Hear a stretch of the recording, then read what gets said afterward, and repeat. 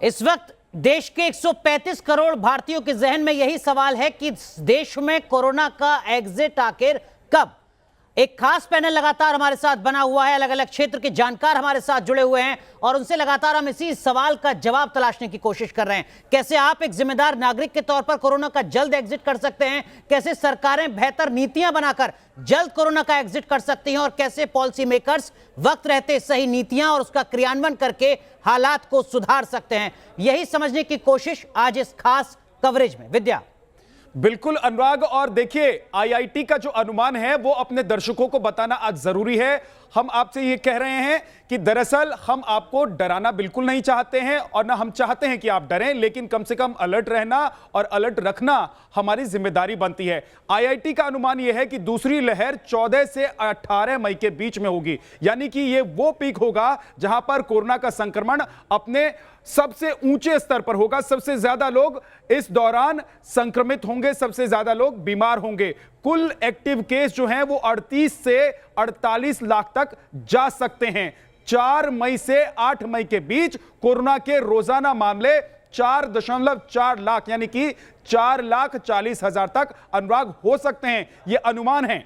बिल्कुल विद्या, अभी जो देश में कुल एक्टिव केस हैं वो तकरीबन 30 लाख के आसपास हैं, लेकिन अगर आईआईटी अपने अनुमान के मुताबिक बताती है कि अधिकतम 48 लाख तक एक्टिव केस हो सकते हैं, तो आप समझ सकते हैं कि जिस रफ्तार से लोग ठीक हो रहे होंगे उससे कहीं ज्यादा तेज रफ्तार के साथ लोग कोरोना की गिरफ्त में भी आ रहे होंगे। 3 खास मेहमान हमारे साथ जुड़ चुके हैं। डॉक्टर अरविंद लाल, आप निदेशक हैं डॉक्टर लाल पैथलेब के। प्रोफेसर एनके गांगुली साहब हमारे साथ जुड़ चुके हैं, आईसीएमआर के डीजी रह चुके हैं। और मध्य प्रदेश के स्वास्थ्य मंत्री सारंग साहब भी हमारे साथ जुड़ चुके हैं, जिनसे लगातार हम इसी मुद्दे पर चर्चा करते रहे हैं।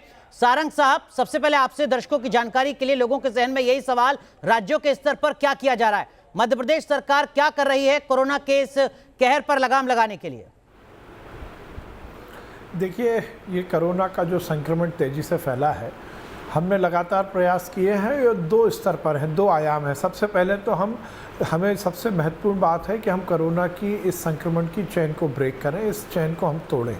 और उसके लिए हमने मध्य प्रदेश में कोरोना कर्फ्यू सभी जगह लगाया है। और ये कोरोना कर्फ्यू का स्वरूप भी इस तरह से कि रोज़मर्रा की ज़िंदगी भी चलती रहे और अनावश्यक रूप से लोग भीड़ इकट्ठी ना करें, सार्वजनिक कार्यक्रम ना हो, शादी ब्याह पर हमने आचार संहिता लगाई है। और हमने इस कोरोना कर्फ्यू के निर्णय के लिए भी प्रदेश स्तर पर कोई निर्णय नहीं लिया है, बल्कि हमने हर जिले में एक क्राइसिस मैनेजमेंट ग्रुप बनाया है, जिसमें वहाँ के जनप्रतिनिधि, विशिष्टजन, व्यापारिक संगठन के लोग, धार्मिक धर्मगुरु, ये सब मिलकर उस ज़िले में क्या कुछ वहाँ की परिस्थिति है और किस ढंग से कोरोना कर्फ्यू को लागू करना चाहिए, कब तक लागू करना चाहिए, इसका निर्णय वो लेती है। जिला स्तर पर यह निर्णय हो रहा है और सभी तरह को कोरोना प्रोटोकॉल का लोग ध्यान रखें, इसके लिए जन जागरण किया जा रहा है। और दूसरा, जो संक्रमित हो गए हैं उनको उचित इलाज मिल सके, उनको बिस्तर मिल सके, चाहे वो आईसीयू बेड हो, चाहे वेंटिलेटर सपोर्ट वाले बिस्तर हो या ऑक्सीजन सपोर्ट वाले बिस्तर हो, इनकी पूरी व्यवस्था हो। होम आइसोलेशन हमने हमारे प्रदेश में बहुत उच्च स्तर पर किया है और लगभग 70% 70 से 72-75% तक लोग हमारे यहाँ होम आइसोलेटेड है। और हर जिले का कमांड एंड कंट्रोल सेंटर दिन में कम से कम 2 बार उनको वीडियो कॉल के माध्यम से उन्हें चिकित्सीय बैकअप देता है, उनकी तबीयत की जानकारी लेता है, उनको मेडिकल किट उपलब्ध कराता है। उसके साथ ही ऐसे लोग जो कि घर में आइसोलेट नहीं हो सकते, जिनके घर छोटे हैं या जो बहुत ही घनी आबादी में रहते हैं, उनके लिए हमने कोविड कमांड सेंटर भी बनाए हैं। वो भी पूरी तरह से ऑक्सीजन बैकअप वाले वहाँ पर बिस्तर हैं। तो इस तरह की हमने पूरी व्यवस्था की है। मुझे ये बताते हुए प्रसन्नता है कि हमने लगातार इस चेन को ब्रेक करने में सफलता प्राप्त की है और पिछले 6-7 दिनों में हमारी पॉजिटिविटी रेट जो है वो कम हुआ है और हमारा रिकवरी रेट बढ़ा है। सारंग साहब, आज जो सबसे बड़ा सवाल है और जिस सवाल के जरिए हम ये समझने की कोशिश कर रहे हैं कि कोरोना का एग्जिट कब होगा, वो ये है कि वैक्सीनेशन अगर एक बार हो जाए कम से कम 80% जनता का, तो उसके बाद कोरोना अगर रहता भी है तो ज्यादा फर्क पड़ने वाला नहीं है। मध्य प्रदेश की जनता का वैक्सीनेशन कब तक हो जाएगा? देखिए, जो हमारे पहले के 3 चरण हैं उसका हमने वैक्सीनेशन बहुत सफलतापूर्वक किया, चाहे वो हेल्थ वर्कर का हो, चाहे फ्रंटलाइन वॉरियर्स का हो, या 45 साल से ज़्यादा उम्र का हो। और मैं इस देश के यशस्वी प्रधानमंत्री जी को बहुत बधाई दूंगा। पहली बधाई तो इस बात की कि उन्होंने वैज्ञानिकों को प्रोत्साहित कर वैक्सीन बनवाया, और सबसे महत्वपूर्ण है कि वैक्सीन लगवाने के वैक्सीनेशन प्रोग्राम को इतने साइंटिफिक तरीके से डिज़ाइन किया। 1 मई से अब जो 18 साल से ज़्यादा उम्र की लोगों को वैक्सीनेशन प्रोग्राम से जोड़ने की बात है, उसकी भी हमने पूरी तैयारी कर ली है। हमने 45 लाख डोज का सीरम इंस्टीट्यूट को ऑर्डर दे दिया है। हमारी ट्रेनिंग हो चुकी है, सेशन कहाँ होंगे इसके स्थल निरीक्षण हो चुका है, हमारा आज उसकी तैयारी हो गई है, मॉक ड्रिल हो रही है, और जैसे ही हमारे पास ये डोजेज आएंगे हम उनको लगाना शुरू कर देंगे। डॉक्टर लाल, मैं आपके पास आऊंगा उससे पहले जी सारंग साहब, एक सवाल और सर आपसे। डॉक्टर लाल, मैं आपके पास भी आता हूं। सारंग साहब, सवाल ये कि कुछ सरकारी आंकड़े जो केंद्र सरकार लगातार सामने रख रही है कि बीते 1 साल में अलग अलग राज्यों ने अपने यहाँ हेल्थ इंफ्रास्ट्रक्चर को डेवलप करने के लिए क्या काम किया। ये केंद्रीय स्वास्थ्य मंत्रालय के आंकड़े हैं, जिसके मुताबिक मध्य प्रदेश ने बीते 1 साल में ऑक्सीजन सपोर्टेड बेड जो 1 साल पहले 647 थे उनको बढ़ाकर 7,706 कर दिया है। लगभग 11 से 12 गुना आपने बीते 1 साल में बढ़ाए हैं ऑक्सीजन सपोर्टेड बेड। जो आईसीयू हैं वो 939 थे पहले मध्य प्रदेश में, वो अब बढ़कर दुगने हो चुके हैं 1872। बेशक आपने बेहतर काम किया है सर, लेकिन जिस तरीके के हालात हैं, आपको लगता है कि अभी काफी कमी रह गई है? नहीं, देखिए, ये पेंडेमिक है, ये महामारी है, और महामारी में हर व्यवस्था हमें छोटी लगती है।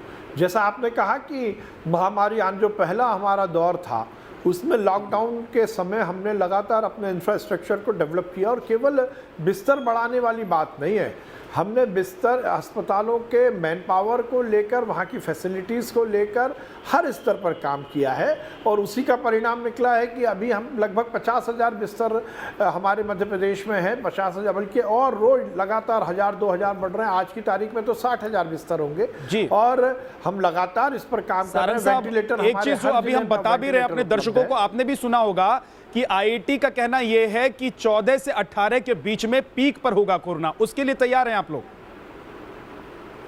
देखिए, मुझे ऐसा लगता है कि इस कोरोना जैसे बहुत ही अनप्रेडिक्टेबल वायरस के बारे में बहुत ज़्यादा भविष्यवाणी हम कर नहीं सकते। कोरोना कैसे आया, कैसे गया, ये कहा जाता था कि ठंड में ये बढ़ेगा, गर्मी में ख़त्म होगा। इसका जस्ट उल्टा हुआ, गर्मी में ये बढ़ गया और ठंड में अपेक्षाकृत कम हो गया। पिछली बार कहा गया था कि पीक आ गई, अब ये कहा गया। इसलिए मुझे नहीं लगता आप कह रहे कि प्रेडिक्ट करना थोड़ा जल्दबाजी हो सकती है, बेहतर काम यही है कि तैयारियां की जाए अपने स्तर पर। बिल्कुल, मुझे लगता है कि तैयारी हमें रखनी चाहिए, और हम मध्य प्रदेश में तो लगातार रखे हुए हैं। चलिए सर, ये वक्त की जरूरत भी है। बहुत बहुत शुक्रिया सारंग साहब। मध्य प्रदेश के स्वास्थ्य मंत्री जो बता रहे थे कि राज्य में किस तरीके की तैयारियां की गई हैं। हमारे साथ डॉक्टर अरविंद लाल साहब भी हैं, आप निदेशक हैं डॉक्टर लाल पैथलैब के। सर, एक्सपर्ट के तौर पर आपसे समझना चाहूंगा, लगातार ये सवाल भी लोगों के बीच में आ रहा है कि हमने आरटीपीसीआर टेस्ट तो करवाया, लेकिन उस टेस्ट में तो हम नेगेटिव थे, लेकिन लक्षण हम में सारे वो पाए जा रहे हैं जो कि किसी कोरोना पॉजिटिव में हैं। क्या ऐसी स्थितियां आपके संज्ञान में भी आ रही हैं, और ऐसे में क्या किया जाए, और ऐसा हो क्यों रहा है? डॉक्टर लाल।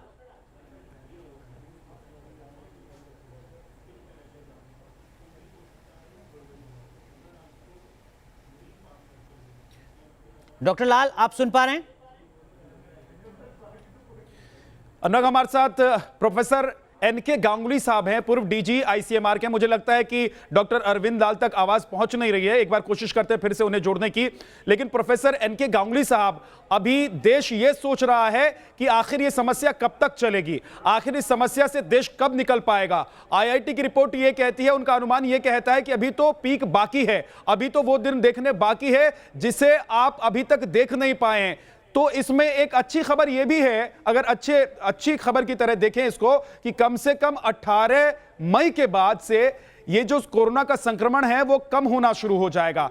तो क्या हम इस चीज के लिए तैयार हैं कि 18 मई तक जो हालात बनेंगे उससे हम निपट लें, ताकि आगे आने वाले जो दिन हैं उसमें हम अच्छे से रह सकें, हम अपना मास्क उतार सके, वैक्सीनेशन करवा सके? देखिए, 18 मई तक कम कर्व नीचे की तरफ जा सकती है, लेकिन ट्रांसमिशन होता रहेगा, तो उसमें हमें खुश होने की ज़्यादा ज़रूरत है नहीं। अभी 2-2.5 महीने लगेंगे कर्व को काफ़ी नीचे आने में। उसके बाद जैसे हमने दुनिया में देखा हुआ है, उन जगहों पर सब जगह एक थर्ड पीक आई थी, जी। तो हमारे यहाँ भी वो थर्ड पीक आएगी, उसके लिए अभी से तैयारी करके रखनी है। इस तरह से हमको ये सारा कुछ, अगर सर्विलेंस अच्छा हो और प्रॉपर मॉडलिंग वगैरह हो, जैसा आईआईटी करने की कोशिश कर रही है, दूसरे लोग भी कर रहे हैं, जी। तो ये संभव होगा कि हमें चेतावनियां मिलती रहेंगी जी। कि कब आएगा। एग्जैक्ट डेट्स तो नहीं, वेदर की तरह नहीं कह सकते आज बारिश होगी कल नहीं होगी, लेकिन काफी अच्छी चेतावनियां मिलती रहेंगी और कहां पर आउटब्रेक्स होंगी उसकी चेतावनी भी मिलती रहेगी, और उसके आधार पर हम अपनी बेहतर तैयारियां भी कर सकेंगे। इसलिए हमें कहीं भी ढिलाई नहीं देनी चाहिए। बिल्कुल ढिलाई नहीं देनी चाहिए। अनुराग, इस वक्त हमारे साथ डॉक्टर अरविंद लाल भी जुड़ गए हैं। सर, मैं आपके पास लौट कर आऊंगा, गांगुली साहब मैं आपके पास लौट कर आऊंगा। डॉक्टर अरविंद लाल साहब, अभी प्रेशर इतना बढ़ गया है कि 4-4 दिन, 6-6 दिन, एक हफ्ते में रिपोर्ट आ रही है आरटीपीसीआर की। अभी तो कह ये रहे हैं कि अनुमान ये लगाया जा रहा है कि 14 से 18 का वक्त ऐसा होगा मई का, जब ये अपने पीक पर होगा। सर, उसके लिए क्या हमारा टेस्टिंग सिस्टम तैयार है? दीपक जी, देखिए, मैं सबकी बात तो नहीं कर सकता, पर अपनी बात जरूर बता सकता हूं आपको कि हम जो फर्स्ट फेज जब था इसका, जब पहली वेव इसकी आई थी, तब हम कोई रोज के 4000 से ज्यादा टेस्ट नहीं कर सकते थे जी। आजकल हम 10,000 टेस्ट आरटीपीसीआर की दिल्ली में कर रहे हैं, और बाकी हमारी जो 9 लैब्स हैं उनमें 10,000 और कर रहे हैं जी। तो ये हमारी तरफ से इसमें कोई ढील नहीं। और जब सैंपल हमारे पास जैसे ही पहुंच जाता है लैब के अंदर, हम इसमें 24 घंटे में रिपोर्ट दे रहे हैं आरटीपीसीआर की।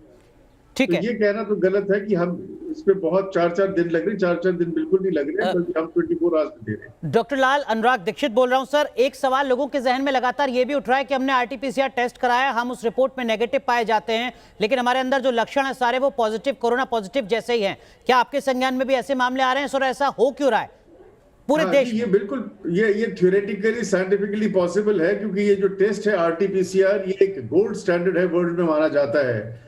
पर इसकी एक प्रॉब्लम है कि ये 70% या 75% से ज्यादा पॉजिटिव नहीं पकड़ेगा। इसका ये मतलब है 20-25-30% जो लोग हैं जो पॉजिटिव होने के बावजूद भी बता सकते हैं। एक तो पहला पॉइंट ये है।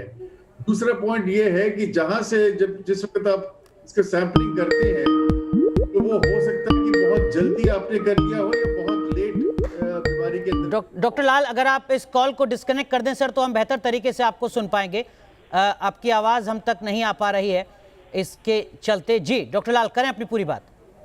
अब ठीक है? जी जी जी, कहिए। ओके, मैं ये कह रहा हूं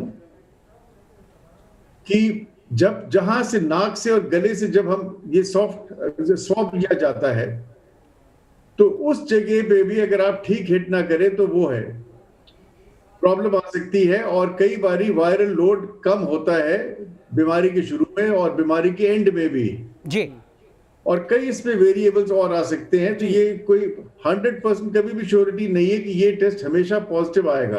डॉक्टर लाल, एक सवाल और दर्शकों की जानकारी, एक चीज ये भी जान लेते हैं, इसी से जुड़ा हुआ सवाल क्योंकि है। डॉक्टर अरविंद लाल, मैं विद्यानाथ झा बोल रहा हूं। सर, मैं ये जानना चाहता हूं कि एक ही वक्त में एक व्यक्ति किसी दूसरे लैब से टेस्ट कराता है और उसी वक्त में एक और लैब से वो टेस्ट कराता है, एक जगह वो पॉजिटिव आ जाता है, दूसरी जगह वो नेगेटिव आ जाता है। अब सोशल मीडिया पर ये बातें जब होती है तो ये कहा जाता है कि भाई ये जो टेस्ट है, ये टेस्ट ठीक नहीं है, इसको कराने से भी आपको कोरोना का पता चल जाएगा या नहीं चलेगा, इसका कोई अंदाजा नहीं लगाया जा सकता। इसके बारे में आप लोगों को क्या बताना चाहेंगे और लोग इस झंझट से कैसे बाहर निकलें? देखिए, ये एक ऐसा टेस्ट है जो कि एक क्वालिफाइड एक्रेडिटेड लेबोरेटरी से होना चाहिए। This is point number 1। आपको ये जान के ताज्जुब होगा कि जो 2000 लैब्स टेस्ट कर रही हैं आरटीपीसीआर के लिए, उसमें से 60% प्राइवेट लैब्स है और 40% है गवर्नमेंट की। जी। जो 60% जो प्राइवेट लैब्स है, ये सब के सब NABL एक्रेडिटेड है। मैं फिर से बोल रहा हूं, जो प्राइवेट लैब से 60% वो सारी की सारी एक्रेडिटेड है और एक लैब भी गवर्नमेंट की एक्रेडिटेड नहीं है। अब होता क्या है कि आपको मैंने बताया कि कई वेरिएशंस है इस पे, क्योंकि आप ये ब्लड का सैंपल नहीं है जी, ये नाक में और गले में से जब आप लेते हैं तो वो उसी वक्त कोई भी सैंपल नहीं लेता इसका मैं आपको आश्वासन देता हूं। ये कई 1-2 दिन के बाद हुआ और ये क्योंकि सरकारी लैब्स में जाती तो उनका वो उनका बनता है, क्योंकि वो हम लोगों को सप्रेस कर सकते हैं, कह सकते हैं कि जी आपकी रिपोर्ट गलत है। जी हमने ये केस ICMR के साथ भी लिया था कि इसका कोई डिस्प्यूट रेजोल्यूशन आप करें, होना चाहिए। हाँ, तो उसका कोई नहीं बना। पर मैं आपको एक चीज जो सबको पता है वो आपको बता रहा हूँ कि सारी प्राइवेट लैब्स NABL एक्रेडिटेड है और एक भी सरकारी लैब एक्रेडिटेड नहीं है। ठीक है, ये बड़ा विरोधाभास है डॉक्टर लाल जो आप कह रहे हैं। उम्मीद करते हैं कि पॉलिसी मेकर्स इस बारे में जरूर सोचेंगे सर। लेकिन एक सवाल और, कोरोना होते ही लोगों के जहन में आता है RT-PCR टेस्ट या एंटीजन टेस्ट, लेकिन क्या मौजूदा वक्त में कुछ ब्लड टेस्ट कराने भी बेहद जरूरी हैं जो आप सलाह देते हैं? CT की लगातार चर्चा हो रही है लंग्स के रिगार्डिंग, क्या वो भी कराना हर किसी के लिए जरूरत है? देखिए, RT-PCR टेस्ट डिटेक्शन के लिए है। जब एक बार आदमी डिटेक्ट हो जाता है तो वो स्टोरी खत्म होगी। RT-PCR उसका फिर दोबारा कभी नहीं होगा। उसके बाद जब बीमारी शरीर के अंदर आ जाती है तो हर हफ्ते उसके दूसरे टेस्ट हो सकते हैं, जैसे CRP हुआ और D डाइमर हुआ, IL-6 हुए, LDH हुआ। तो ये बाकी की जो टेस्ट है ये फॉलो अप टेस्ट है, जब पेशेंट की प्रोग्रेस कैसी हो रही है ये करते हैं। तो इन दोनों में अंतर है जी।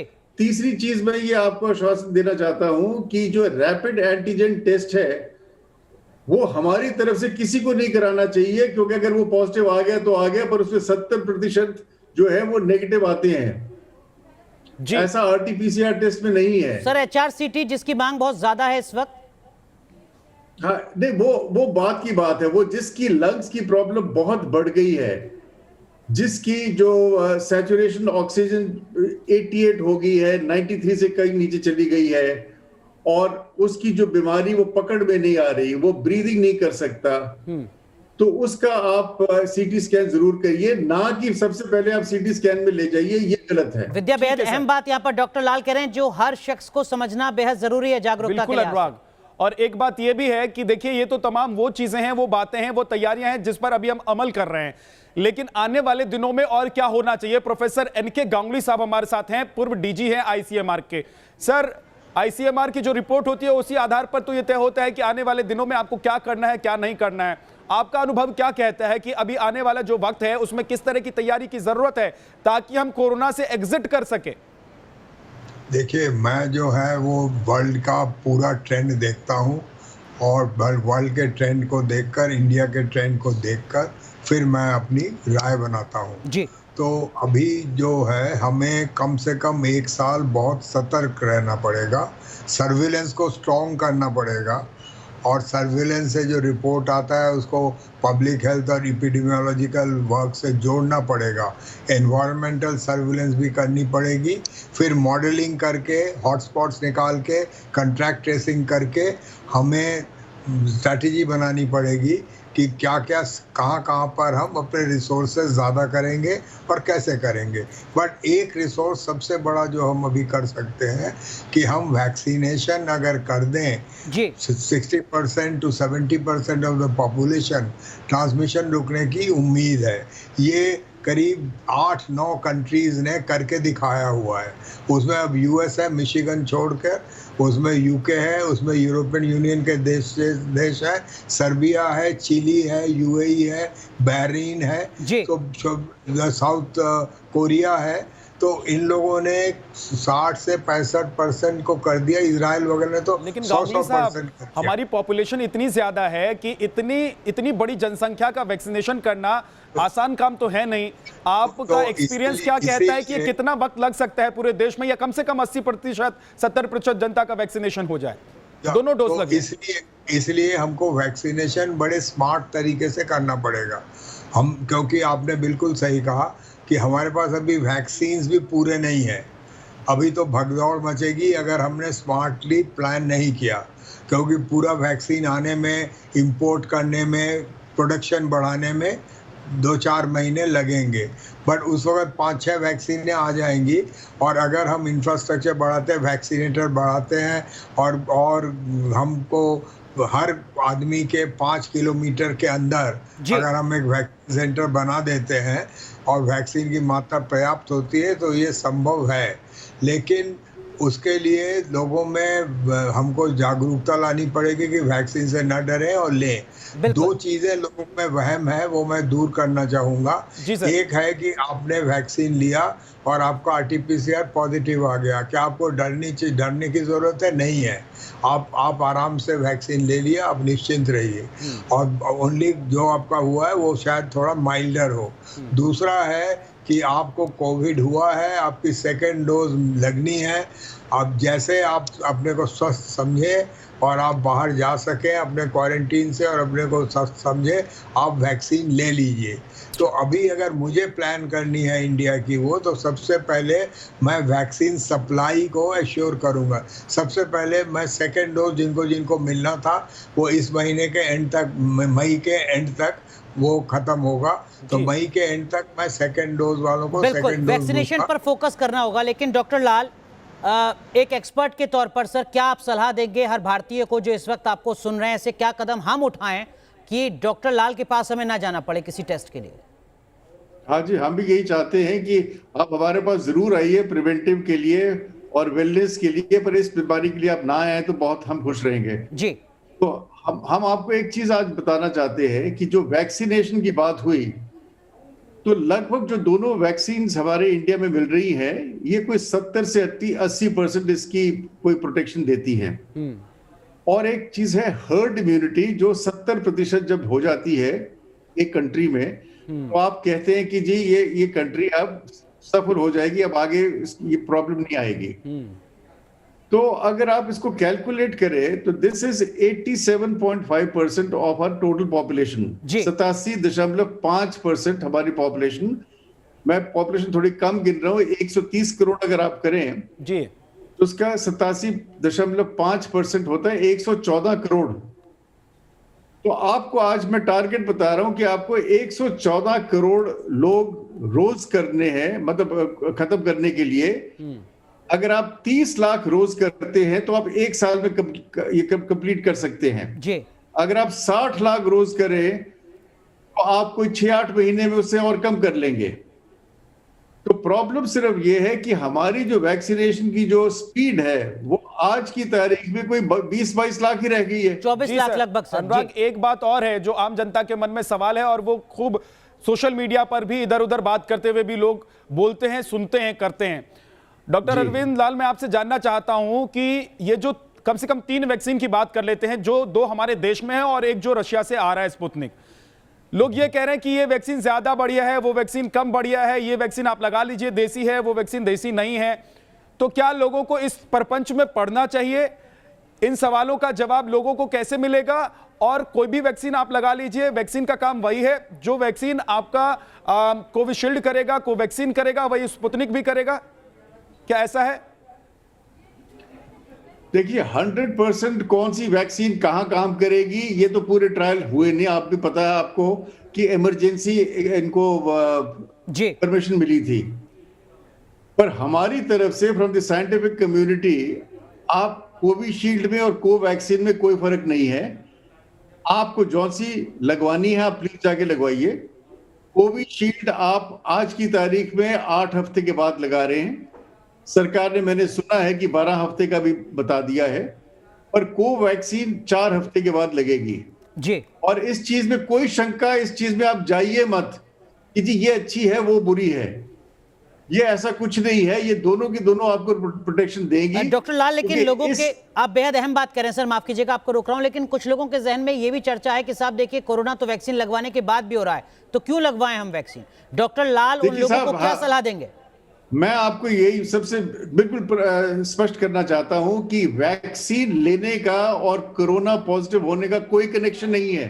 पॉइंट नंबर 1, ये हो सकता है कि जिस वक्त वो कोरोना का वैक्सीनेशन के लिए जाते हैं, जिस जगह जाते हैं वहां लोगों ने मास्क नहीं पहने हुए। हम भी एक ऐसी जगह गए जहां सैकड़ों लोग भरे हुए थे, तो वहां से आप लेके आ सकते हैं। और आपने अब सुना होगा कि ये जो ड्रॉपलेट इन्फेक्शन की बजाय बावजूद भी ये एक और तरीके से फैल सकती है, जैसे कि क्लाउड हो सकता है जी।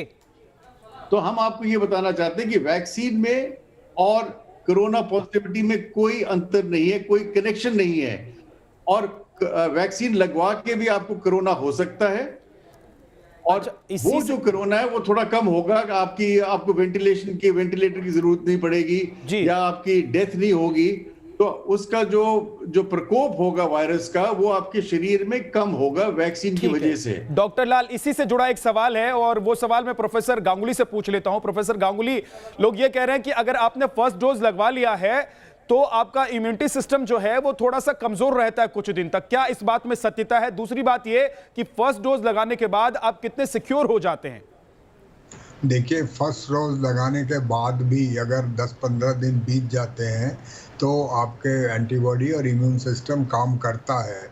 दुनिया के जितने आंकड़े हैं फर्स्ट डोज के बाद भी काफ़ी प्रोटेक्शन मिलती है, लेकिन जब 2 डोज मिल जाते हैं आपको इन्फेक्शन हो सकता है। जैसे बताया कि हमारे 60 से 70% कारगर हैं, तो कुछ लोगों को इन्फेक्शन होगा। पर्टिकुलरली जो लोग मेडिकल सर्विसेज में काम कर रहे हैं, हेवी डोजेज का इन्फेक्शन उनको मिल रहा है, उनको हो सकता है, लेकिन ये माइल्ड होगा। इसमें किसी को ऑक्सीजन में नहीं जाना पड़ेगा, इसमें किसी को वेंटिलेटर में जाकर आईसीयू में नहीं जाना पड़ेगा। तो ये एक बहुत बड़ी उपलब्धि है कि वैक्सीन अगर आप ले लेंगे और इसमें ट्रांसमिशन भी घटेगा, ये लोग वायरस को दूसरे लोगों को नहीं देंगे। ये आंकड़े पूरे आ चुके हैं। प्रोफेसर गांगुली, अब मैं एक आम जनता की तरह सीधा सीधा सवाल पूछ लेता हूं जिसका जवाब आप दे रहे हैं। मैं एक लाइन में सवाल पूछ रहा हूं और उसी जनता जैसे समझना चाहती है, समझ सकती है आम जनता, उसी तरह से बताइएगा कि वैक्सीन मैंने मान लीजिए लगवा लिया, फर्स्ट डोज मैंने लगवा लिया है, अब कितने घंटे बाद ये अपना असर दिखाना शुरू कर देगी? देखिए, ये इमीडिएटली असर नहीं दिखाएगी, इसको कम से कम 10 से 14 दिन लगेंगे इसको असर दिखाने के लिए। इसलिए वैक्सीन लगाने के बाद ही ना घूमिए उल्टा सीधा, और उसके बाद भी मास्क लगा के घूमिए, क्योंकि आपको इन्फेक्शन हो सकता है वैक्सीन के बावजूद, लेकिन गहरा इन्फेक्शन नहीं होगा, सीवियर इन्फेक्शन नहीं होगा, आप बचे रहोगे। मतलब अगर वैक्सीन लगवा ली है मैंने तो मेरे जिंदा रहने की संभावना कई गुना ज्यादा बढ़ जाती है बिना वैक्सीन लगवाए। आप जिंदा रहेंगे अगर आपने लगवा, लेकिन वैक्सीन मैंने लगवा ली है तो इसका मतलब ये नहीं है कि मैं बिना मास्क के बेवजह घर से बाहर घूमता रहूं। कोरोना मुझे तब भी हो सकता है। इस वक्त एक बड़ी खबर आ रही है, माफ कीजिएगा प्रोफेसर गांगुली, डॉक्टर लाल, वो खबर हम दर्शकों को बता दें जरा। महाराष्ट्र में एक दिन में 24 घंटे में 66,159 मामले सामने आए। कल तक यह आंकड़ा तकरीबन 63,000 था, यानी महाराष्ट्र में एक बार फिर कोरोना के मामले बढ़े हैं। 24 घंटे में 771 लोगों की जान गई है। महाराष्ट्र में एक्टिव केस इस वक्त 67,000 से ज्यादा। यूपी में 24 घंटे में कोरोना के 35,156 नए मामले सामने आए। उत्तर प्रदेश में भी संभवतः कोरोना के मामले बढ़े हैं। यूपी में 24 घंटे में कोरोना से 298 लोगों की मौत हुई है। वहीं विद्या, राजस्थान के आंकड़े भी डरा रहे हैं। बिल्कुल, 24 घंटे में यहां कोरोना के 17,269 नए केस सामने आए हैं। राजस्थान में अगर 24 घंटे की बात कर लें तो 158 लोगों की मौत हो गई है। देखिए, एक तरफ महाराष्ट्र की खबर जहां आपने बताई है अनुराग, वहां कोरोना के मामले भले ही बढ़े हो, लेकिन जो मृत्यु का आंकड़ा है, मृत्यु की जो संख्या आई है, मृतकों की जो संख्या आई है, उसमें थोड़ी कमी देखने को मिली है। क्योंकि हमने इससे पिछले वाले 24 घंटे का जो आंकड़ा देखा था उसमें वो 1000 से ज्यादा निकल गया था, जो संख्या थी लोगों की, मृतकों की संख्या थी। अब बड़ी बात यह हो जाती है डॉक्टर लाल कि भले ही ये आंकड़े ऊपर नीचे हो रहे हैं, लेकिन कम से कम ये बीमारी ऐसी हो गई है कि कुंडली मारकर बैठ गई है। ऐसा लग रहा है कि ये बीमारी जाने का नाम नहीं ले रही है। ऐसा लग रहा है कि ये चली भी जाएगी, ये कब पता चलेगा समझ में नहीं आ रहा है कि कब तक जाएगी। आम जनता तो यही सुनना चाहती है कि कोई आए बता दे कि कब तक ऐसा चलेगा, कब तक मास्क लगाएंगे, कब तक वैक्सीनेशन के सहारे रहेंगे, कब तक हॉस्पिटल के चक्कर काटने पड़ेंगे, ये सब कब तक चलता रहेगा सर? देखिए, जब आप किसी चोर को पकड़ते हैं तो एक उसमें आपको ये जानना पड़ता है कि ये चोर किस किस्म का है। ये हमेशा कोई अपने ऊपर तेल वेल लगा के आता है या कि सीढ़ी चढ़ के आता है या हमेशा ये ताले खोलता है। तो इसीलिए ये जो वायरस है, आज की तारीख में हम चौथा वेरिएंट देख रहे हैं। पहले वुहान वायरस था, उसके बाद ब्रिटिश वायरस इंडिया में आया जिसको हम B1117 बोलते हैं। उसके बाद इंडिया का अपना नया वायरस हमने पकड़ा है जिसको B1617 बोलते हैं। जी सर। और चौथा वायरस है B फॉर बॉम्बे 1618। मैं 4 वायरसेस की बात कर रहा हूं जो इनकी म्यूटेशन हो चुकी है, या अपना मतलब जो भेष वगैरह वो बदल लेता है। तो जो चौथा वायरस है वो इस वक्त महाराष्ट्र में, दिल्ली में और छत्तीसगढ़ में छाया हुआ है। ये ज्यादा से ज्यादा इन्फेक्शन करता है, और ये एरोसोल जिसको कहते हैं कि एक क्लाउड बन के जो आप देख नहीं सकते, जैसे अगर 4-5 बंदे हम एक किसी कमरे में बैठे हुए हैं, उसमें से एक बंदे को कोविड है, उसको पता नहीं, एसिम्प्टोमेटिक है, वो वहां पे खांसता है, बोलता है, छींकता है और कुछ वहां पे छोड़ के चले जाता है, और चारों के चारों आप बाहर चले आते हैं। ये क्लाउड में ऊपर रहता है। उसके बाद मैं आया, प्रोफेसर गंगुली साहब आए, हम वहां पे बैठे और हमने मास्क नहीं पहना हुआ, कुछ देर के बाद कुछ घंटों तक ये रहता है, उसको हम ब्रीथ करते हैं और अपने आप को इन्फेक्ट कर लेते हैं जी। तो ये चीज आपको बार बार प्रोफेसर साहब ने भी यही बताया कि जब तक आप मास्क नहीं पहनेंगे, बल्कि आजकल तो ये बात हो रही कि आप डबल मास्क पहनिए, एक सर्जिकल मास्क पहनिए, एक आप कपड़े का मास्क पहनिए, या आप अपना N95 मास्क पहनिए। तो ये मास्क पहनना जो कि बिल्कुल हिंदुस्तान भूल चुका था कि एक मास्क भी कोई चीज होती है इसको लड़ने के लिए, तो अब हम उसका अपना जो इंटरेस्ट है उसके साथ आप वापस दे रहे हैं इस वायरस को। ठीक है सर। प्रोफेसर गांगुली, अब ये मास्क की बात हो गई, इससे पहले पिछले साल जब कोरोना ने दस्तक दिया था तो उस वक्त ये कहा जा रहा था कि एक दूसरे के छूने से, किसी चीज को छूने से, दरवाजे को छूने से, कुंडी को छूने से, टेबल को छूने से, गद्दे को छूने से आपको कोरोना हो सकता है। क्या अब उस संकट से हम बाहर निकले कि अभी भी ये स्थिति मौजूद है?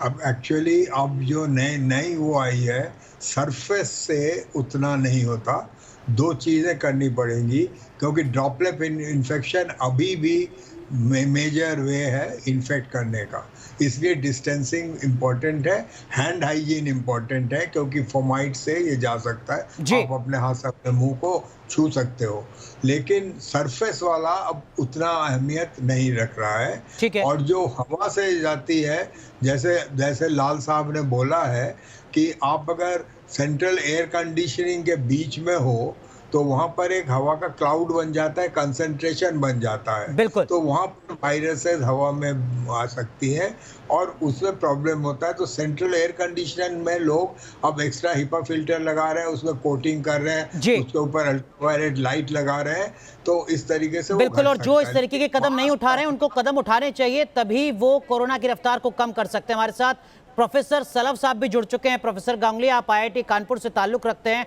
बहुत बहुत स्वागत है आपका न्यूज नेशन पर। प्रोफेसर सलभ, लगातार IIT कानपुर कोरोना से जुड़ी रिसर्च सामने रखती रही है, प्रेडिक्शंस रखती रही है, और अब जो ताज़ा अनुमान है, ताज़ा आंकड़ा है, उसके मुताबिक कहा जा रहा है कि 14 से 18 मई के बीच हिंदुस्तान में कोरोना की पीक देखने को मिलेगी।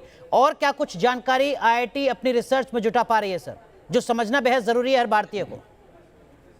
देखिए, एक चीज़ तो बहुत ही ये आपको समझना पड़ेगा कि आज के समय में हम जितने भी लोगों को कोविड के बारे में बात करते सुन रहे हैं, लोग सरकार को या जो हमारा सिस्टम है उसको ब्लेम कर रहे हैं, लेकिन उसके साथ में ये बहुत इंपॉर्टेंट है कि सरकार ने आज से 1 साल पहले लॉकडाउन लगा करके कोरोना को कैसे हैंडल करना है, कैसे कंट्रोल करना है, सबको इसके बारे में एक सीख दी थी। लेकिन आज के समय में भी आप अगर देखेंगे कि जब फिर से हमारे सामने संकट आ गया है और फिर भी हम उन सीख का इस्तेमाल नहीं कर रहे हैं, तो कोरोना तो बढ़ेगा। अब हमारे सामने ये समस्या है कि हमको ये समझना है कि कोरोना हम पर हावी होगा या हम कोरोना पर हावी होंगे। कोरोना अपना काम कर रहा है, लेकिन शायद हम अपना काम नहीं कर रहे हैं, इसलिए हम पीछे हट रहे हैं। अब जहां तक इसमें सांख्यिकी की या जो हमारी टेक्नोलॉजी की बात आती है, वहां पर हम अपने इस सिस्टम को सपोर्ट करने की कोशिश कर रहे हैं। जैसे कि हमारे यहाँ पे डॉक्टर मनिंदर अग्रवाल ने अभी एक अपना मॉडल डेवलप किया है, उसकी बेसिस पर वो जो भी फोरकास्टिंग कर रहे हैं, अभी तक के बारे में जो भी हमारा डेटा आया है उसकी बेसिस पे उनकी फोरकास्टिंग काफ़ी हद तक सही हुई है। और उसके बारे में हम लोग ये उम्मीद कर सकते हैं कि अगले 3 से 4 हफ्तों में कोरोना का कर्व नीचे करना चाहिए। लेकिन साथ में आपके इस चैनल के माध्यम से मैं सारे देशवासियों को ये कहना चाहूँगा कि जब आज से 2 महीने पहले हमारे पास कंडीशन नहीं थी, किसी ने ये नहीं सोचा था कि 1 महीने के बाद में ऐसा होने वाला है या 2 महीने के बाद में ऐसा होने वाला है। और अगर बाकी कंट्रीज के कर्व को देखेंगे तो थर्ड वेव भी आने की पूरी संभावना है। और आज की डेट में अगर हम कहें कि थर्ड वेव से हमारा कुछ नुकसान होगा या हम अब दो सवाल हो गए मेरे प्रोफेसर सलाब आपसे। मैं विद्यानाथ झा बोल रहा हूं प्रोफेसर सलाब। एक तो आपने कहा कि थर्ड वेव, तो क्या ये थर्ड वेव आएगा और आएगा तो कब तक आएगा? दूसरी बात मैं ये जानना चाहता हूं, क्योंकि आईआईटी की तरफ से जो अनुमान लगाया गया है उससे अब पूरे देश में दो तरह की बातें हो गई हैं। एक तो लोग ये सोच रहे हैं कि भाई आने वाला जो वक्त है वो बहुत विकट होने वाला है। दूसरी बात ये भी लोग सोच रहे हैं कि आने वाले कुछ समय में ये वक्त विकट होगा, लेकिन उसके बाद जो ढलान पर कोरोना चला जाएगा। अब इसके पीछे तथ्य क्या है, लॉजिक क्या है जिसके आधार पर अनुमान आईआईटी ने लगाया है? इसके पीछे क्योंकि हमारे पास स्टैटिस्टिक्स मतलब सांख्यिकी और स्टैटिस्टिक्स, मैथमेटिक्स और कंप्यूटर साइंस को इस्तेमाल करते हुए हम लोगों ने अपने जो भी बेसिक फंडामेंटल्स पर मॉडल से डेवलप कर रहे हैं। लेकिन आपको ये समझना पड़ेगा कि जो मॉडल्स होते हैं, जो हमारा पहले का डेटा आया है और जो उसकी थ्योरी होती है उसको सही मानते हुए हम उसको डेवलप करने की कोशिश करते हैं। और उसके अंदर कुछ हमारे पास पहले से एजम्पशंस होते हैं कि ये एजम्पशंस अगर होंगे तो ऐसा ऐसा होगा। तो आज की डेट में हमारा सबसे बड़ा एजम्पशन ये है कि अगर हमारे देशवासी अपने सारे नियमों को अच्छे से पालन करते रहेंगे और ऊपर वाले ने चाहा तो आज से 3 हफ्ते के अंदर ये कर्व आपका नीचे जाएगा और ये पूरा खत्म हो जाएगा। प्रोफेसर सलभ, ये तो राहत की बात है सर जो आप बता रहे हैं। हालांकि हर भारतीय को एक जिम्मेदार भारतीय के तौर पर भूमिका उसमें निभानी होगी। सिर्फ सरकारों को कोसने से काम नहीं चलेगा, हेल्थ सिस्टम को कोसने से काम नहीं चलेगा, डिस्ट्रिक्ट एडमिनिस्ट्रेशन को कोसने से काम नहीं चलेगा। हम ये तय करें कि जब हम घर से बाहर निकल रहे हैं तो क्या वाकई उसकी जरूरत है, कि हम ये तय करें कि क्या हम कोविड प्रोटोकॉल का पालन कर रहे हैं, क्या हम तमाम गाइडलाइंस को फॉलो कर रहे हैं। सर लेकिन आपने तीसरी वेव की भी बात यहां पर की थी। प्रोफेसर सलभ, क्या कोई ऐसा रास्ता है, क्या कोई ऐसा तरीका है कि हम आने वाले वक्त में इस तीसरी वेव को रोक सकें या उसके असर को कम कर सकें? यस, बिल्कुल है। हमारे सामने 2 वेव्स आ चुकी हैं और दोनों वेव्स में हम लोगों ने देखा कि हमको किन किन तरह की समस्याएं आई हैं। हमारे पास ऑक्सीजन की कमी हो गई, हमारे पास दवाओं की कमी हो गई और हमारे पास अस्पतालों की कमी हो गई। अब हमारे पास समय है कि जैसे ही हमारा कर्व थोड़ा कंट्रोल में आता है, हमारी क्राइसिस की सिचुएशन कम होती है, हमको अपने देश के लेवल पर इस काम को करना पड़ेगा और अपने साधनों को जमा करना पड़ेगा कि आगे ऐसा अगर होता है, पहली बात तो हमारे पास साधन होने चाहिए, नंबर 1। नंबर 2, हमारे जो देशवासी हैं उनको ये फैसला करना है कि उनको तीसरी वेव चाहिए कि नहीं चाहिए। अगर उनको तीसरी वेव फिर नहीं चाहिए तो उनको आज से ही सर किसी को नहीं चाहिए। इस वक्त के इस डरावने मंजर को देखकर प्रोफेसर सर कोई नहीं कह रहा होगा प्रोफेसर सलभ की मुझे तीसरी वेव देखनी है। लेकिन आप अगर देखें, एक होता है कथनी और करनी में कितना में कोई अंतर है कि नहीं है। आज भी आप अगर देखेंगे कि सरकार को खाली एडवर्टीजमेंट दे करके लोगों को समझाना पड़ रहा है आज भी कि आप मास्क लगाइए। इसको आप क्या कहेंगे? जो जिम्मेदारी है हमारी, उस जिम्मेदारी को हम ठीक से निभाएं तो शायद उसके असर को हम कम कर पाए, जिस असर की बात आप कर रहे हैं। प्रोफेसर सलभ, हमारे साथ मेजर जनरल जीडी बख्शी साहब, रक्षा विशेषज्ञ जुड़ गए हैं। वैसे तो देश की रक्षा के मामलों पर जीडी बख्शी साहब बोलते हैं, लेकिन अभी जो सबसे बड़ी लड़ाई है जीडी बख्शी साहब, वो देश के भीतर ही चल रही है और वो लड़ाई कोरोना से चल रही है। और इस लड़ाई से हम हर स्तर पर लड़ने की कोशिश कर रहे हैं, लेकिन हम कितना कामयाब हो रहे हैं सर? देखिए साहब, जो पहली वेव थी जब वो खत्म हो गई तो हम लोग एक सेल्फ कंग्रेचुलेटरी मोड में चले गए, अपनी पीठ थपथपाने लगे, निश्चिंत हो गए कि हमने तो कोरोना पे विजय पा ली है। और पूरी दुनिया में जाके हमने डंका बजाना शुरू किया कि हमसे सीखो कैसे कोरोना से लड़ा जाता है, इत्यादि इत्यादि। और जो फैसिलिटीज हमने बनाई थी, आईटीबीपी ने छतरपुर में दिल्ली के 10,000 बेड की फैसिलिटी एस्टैब्लिश करी थी राधा स्वामी ब्यास वालों के साथ मिलके। आर्मी ने कितने बड़े बड़े यहाँ पे कोविड अस्पताल एस्टैब्लिश किए थे, सब डिसबैंड हो गए, बंद कर दिया गया, उनके स्टाफ को घर भेज दिया गया। और उसके बाद आप लगे जम के इलेक्शनियरिंग में। हमारे पास जो वैक्सीन थी हमने बाहर वाले देशों को दी, इतने उदार हो गए हम कि हमको लगा हम तो विजय पा गए हैं ना, तो खत्म, corona is over, the and. तो सबसे पहले तो मैं जानना चाहता हूं कि साहब इतने आला दिमाग हैं हमारी मेडिकल फ्रेटर्निटी में, क्या किसी ने सेकंड थर्ड वेव आते नहीं देखी? क्या सेकंड थर्ड वेव आते नहीं देखी? ये मेरा सवाल है। ठीक है, लेकिन लेकिन जीडी बख्शी साहब, देखिए जो तमाम एक्सपर्ट हैं वो ये भी तो कह रहे हैं सर कि एक डिप्लोमेसी होती है जिसको निभाना होता है, तब जबकि बाकी देशों को हिंदुस्तान की जरूरत थी तो हिंदुस्तान उनके साथ खड़ा था, और आज उन्हीं देशों से हिंदुस्तान मदद मांग रहा है, या फिर वो देश तमाम खुद आगे आ रहे हैं और हिंदुस्तान की मदद कर रहे हैं। यही तो डिप्लोमेसी है सर। नहीं देखिए साहब, डिप्लोमेसी बहुत अच्छी है, लेकिन मैं सिर्फ गुस्ताखी माफ में सिर्फ इतना कहना चाहूंगा कि चैरिटी बिगिंस एट होम। ठीक है साहब, ये बड़ा पुराना मुहावरा है, मैं इस पे आगे नहीं जाना चाहता। अब देखिए साहब, बात ये है कि जो कितना कुछ काम जो कि हमको फर्स्ट वेव में सीख के कर देना चाहिए था वो हमने नहीं किया। खैर, अब रोने का कोई फायदा नहीं, अब बिखलाने का कोई फायदा नहीं, अब टाइम है एक्शन का। ठीक है जीडी बख्शी साहब, आपने जो कहा कि हम चूक गए, हमने जो अनुमान लगाना था वो अनुमान हम नहीं लगा पाए। आपने कहा कि हमको जिस तरह की जिम्मेदारी निभानी चाहिए थी एक आम नागरिक होते हुए भी, उसको हमने नहीं निभाया, क्योंकि हम ये समझने लग गए कि हमने कोरोना को हरा दिया, लेकिन कोरोना छुप कर बैठा हुआ था। ये तो वो बहरूपिया है जो रंग बदल बदल कर आ रहा है। प्रोफेसर जलब, इतने रंग ये बदल रहा है, इस तरीके से आक्रमण कर रहा है कि समझदार लोग जो हैं, रक्षा विशेषज्ञ जो देख रहे हैं दूर से, उनको तो छोड़ दीजिए, जो विशेषज्ञ इस पर लगातार नजर बनाए हुए हैं वो भी ठीक से भाप नहीं पा रहे हैं कि ये कल क्या रंग ले लेगा, कल कौन सा रूप लेके आ जाएगा।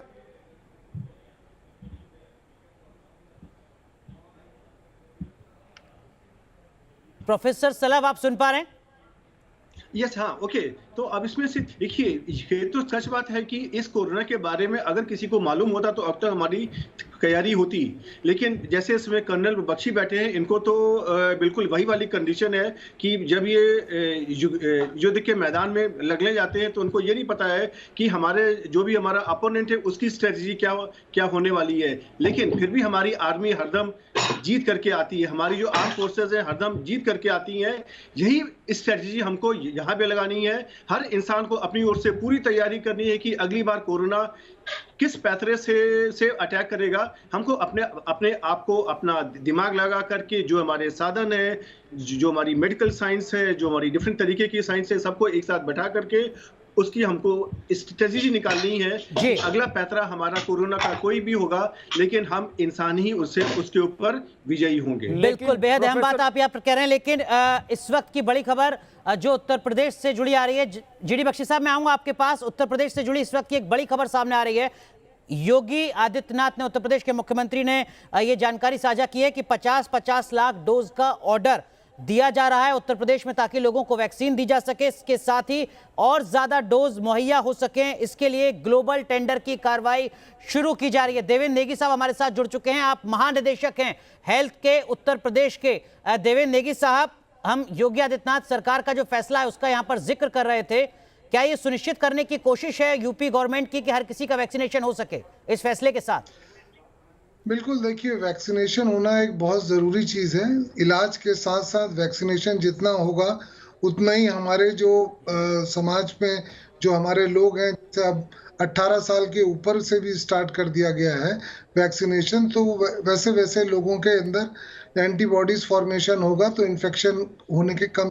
जी,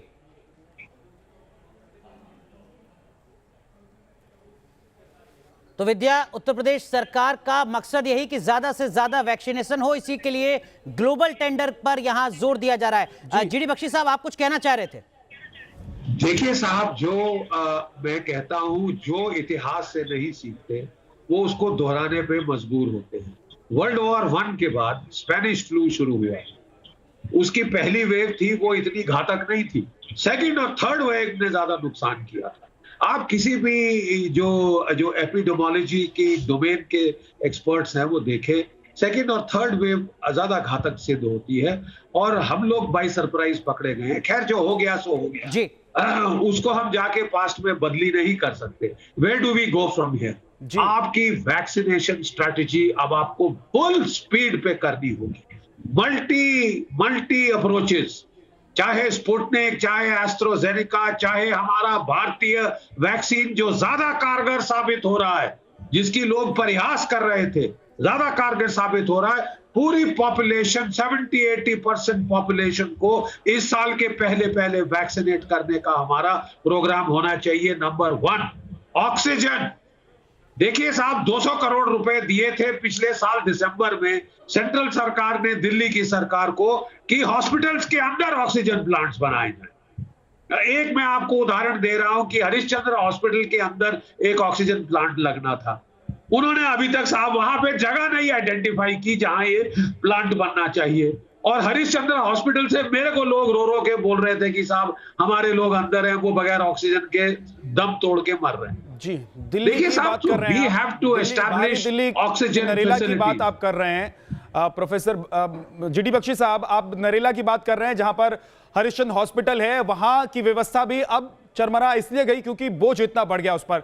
देवेंद्र नेगी साहब, जो बात जीडी बख्शी साहब कह रहे हैं कि एक फंड हमने पहले से तैयार किया हुआ था, एक सोच हमारी थी, एक रणनीति हमारी थी, उस रणनीति पर क्या हम ढंग से काम नहीं कर पाए या फिर हमने ये समझ लिया कि हमारा दुश्मन अब कमजोर हो गया है और इतनी तैयारी करके हम करेंगे क्या? नहीं, ये देखिए ऐसी कोई बात नहीं है, क्योंकि बीच में जब नंबर ऑफ केसेस जब कम हो गए थे, तो हम लोगों ने क्या किया कि क्योंकि पूरे लगभग 1 साल तक हमारे जो डॉक्टर्स और पैरामेडिकल स्टाफ और सारा स्टाफ वो कर रहे थे, हमने उन फैसिलिटीज को वैसे ही रहने दिया, लेकिन उनको रिलैक्सेशन के लिए, क्योंकि नंबर ऑफ केसेस ज़्यादा नहीं थे, तो रिलैक्सेशन के लिए ये हो कि उनको थोड़े दिन के लिए हम लोगों ने रेस्ट दिया। जैसे ही केस बढ़े, हम लोगों ने नंबर ऑफ अपने बेड्स को दोबारा से ना कि खोला, बल्कि हम लोगों ने जो है उसको और नंबर ऑफ बेड्स बढ़ाए। और अभी उत्तर प्रदेश में जैसे आपको पता है कि DRDO जो 500 सैया का एक चिकित्सालय लखनऊ में और 750 सैयाओं का एक चिकित्सालय वाराणसी में बनाने जा रहा है। तो इस प्रकार से, और माननीय मुख्यमंत्री जी ने साफ साफ कहा है कि कोई भी नहीं है कि सरकारी अस्पताल अगर कहीं भी पलंग खाली हो, चाहे वो सरकारी अस्पताल हो चाहे प्राइवेट अस्पताल हो, मरीज को एडमिशन आप दीजिए, पैसे की चिंता मत करिए, पैसे का पेमेंट सरकार करेगी। साहब, आप बैठे हैं हमारे साथ तो उसको मैं साझा करना चाहता हूं। एक दिक्कत आ रही है लोगों के साथ जो बहुत आम है कि एक्चुअली उनको जो जानकारी मिल रही है हॉस्पिटल्स में बेड के बारे में, अगर उनको जानकारी मिलती है कि वहां बेड खाली है, लेकिन वो वहां पहुंचते हैं तो बेड उनको मिलती नहीं है, एडमिशन उनको मिलता नहीं। जाएं तो जाएं कहां, कहें तो किसे कहें और किसे फोन करें, क्योंकि फोन भी अटेंड करने के लिए लोग तैयार नहीं है। हालांकि देखिए, जो आप बात बता रहे हैं कि तैयारी है, नो डाउट वो तैयारी आप लोग कर रहे हैं, लेकिन अभी कम से कम जो लोगों की परेशानी है वो भी बनी हुई है।